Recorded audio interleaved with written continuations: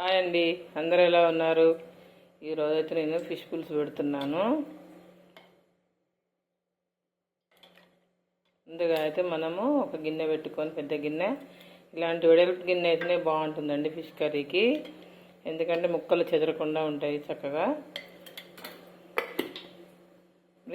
నూనె అయితే వేడెక్కనిద్దాము. నూనె వేడెక్కింది. కొద్దిగా అయితే మెంతి పొడి వేసుకుందాం ఆయిల్లో. ఎందుకంటే మెంతులు వేసుకుంటే అవి పంటి కింద తగులుతాయండి. అలాగే కొంచెం మిరియాల పౌడర్ కూడా. మిరియాల పౌడర్ వేసుకోవటం వల్ల చాలా టేస్ట్ అయితే వస్తుందండి చేపల కూర. అలాగే కొద్దిగా జీలకర్ర పౌడరు. ఇవన్నీ పౌడర్లు కాకపోయినా అవి కూడా మిరియాలు అవి విడివిడిగా కూడా వేసుకోవచ్చు. కాకపోతే ఏంటంటే అవి పంటి కింద తగులుతాయి. ఇప్పుడు మనం సన్నగా కట్ చేసుకున్న ఉల్లిపాయ ముక్కలను అయితే తాలింపులో వేస్తాము. ఇలా వేసిన వాటిని అయితే సన్నగా కట్ చేసుకోవాలి. ఇవి అయితే వేగనిద్దాము. తాలింపులోనే కొద్దిగా పసుపు అయితే వేసుకున్నాము. ఇది కొంచెం ఎర్రగా వేగాలండి తాలింపులోనే ఉల్లిగడ్డ.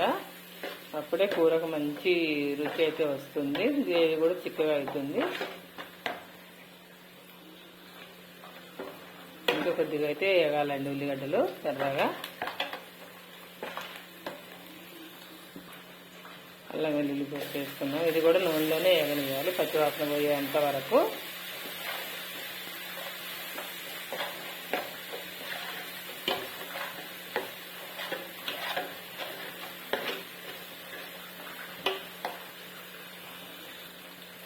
కొద్దిగా సాల్ట్ కూడా వేసుకున్నా రుచికి సరిపడా.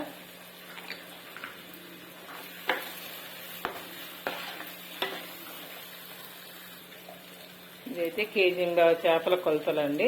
ఇప్పుడు కారం అయితే వేసుకుందాం ఒక 2 స్పూన్లు. కొంచెం ఇంకొక హాఫ్ స్పూన్ అయితే వేసుకున్నాం.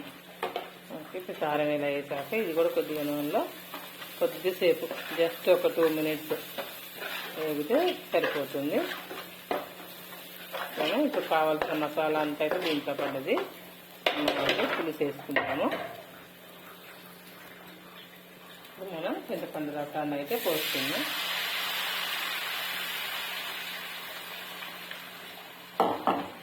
మనకు కావాల్సినంత అయితే పోసుకోవాలండి. పులుసు ఎంత కావాలో అంత.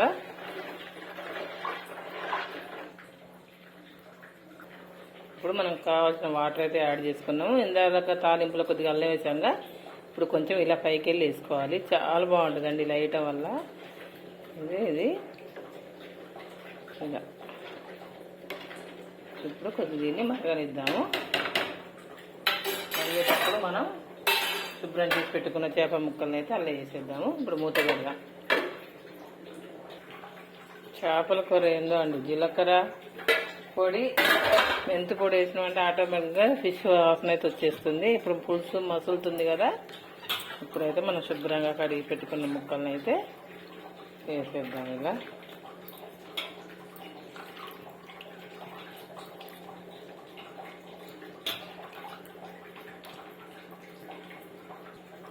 ఇప్పుడు వీటిని అయితే చిన్నగా కలుపుకుందాము ఇలా. ఎందుకంటే మళ్ళీ ఎక్కువ మరిగితే కదిపోయేది కాదు. ఇప్పుడు మంట కొంచెం ఎక్కువగా పెట్టుకోవాలండి.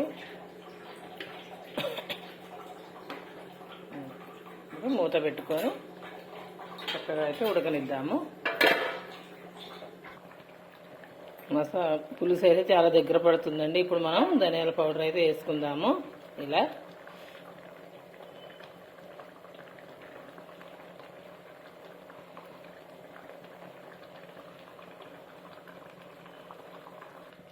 పులుసు అయితే దగ్గర పెట్టేటండి.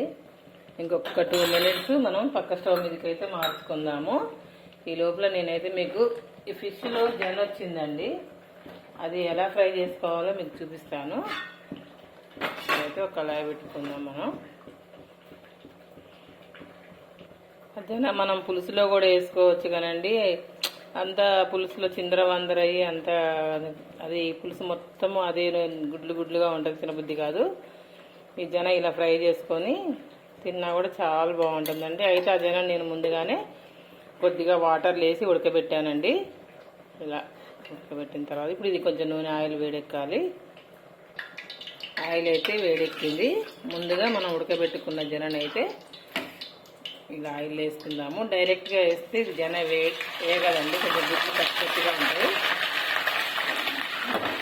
ఇలా కొంచెం ఆయిల్లో వాటర్లో ఉడకబెట్టి వేసుకుంటే బాయిల్ చేసి చక్కగా ఫ్రై అయిపోతుంది.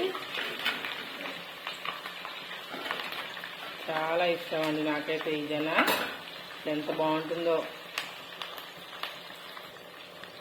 దీన్ని మనం ఇలా కలుపుకుందాం చిన్నగా. ఇది నూనెలనే కొద్దిసేపు వేగనియాలండి.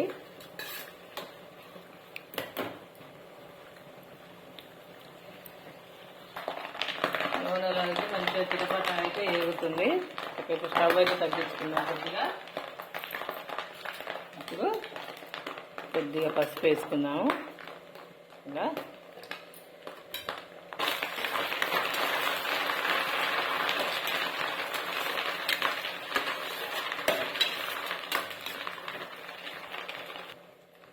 కొద్దిగా అల్లం వెల్లుల్లి పేస్ట్, ఇది కూడా కొద్దిగా వేగనియాలి నూనెలోనే, పచ్చివాసన పోయేంత వరకు.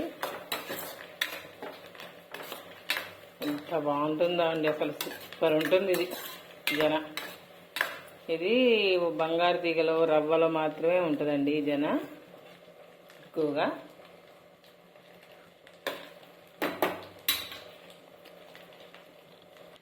ఇప్పుడు కొంచెం జీరా పౌడరు, అలానే కొంచెం మెంతుల పౌడరు, కొంచెం మిరియాలు. ఈ ఫిష్ కర్రీకి ఇవన్నీ ఉంటేనే బాగుంటుందండి. ఫ్రై అయినా ఫిష్కి సంబంధించిన వాటిల్లో ఇవి లేకపోతే అంత టేస్ట్ అయితే రాదు. ఆ స్మెల్ కూడా వేరేనే ఉంటుంది, వేసిన స్మెల్. ఇప్పుడు మనం కొంచెం సాల్ట్ వేసుకుందాము లైట్గా, కారం కూడా అలాగే.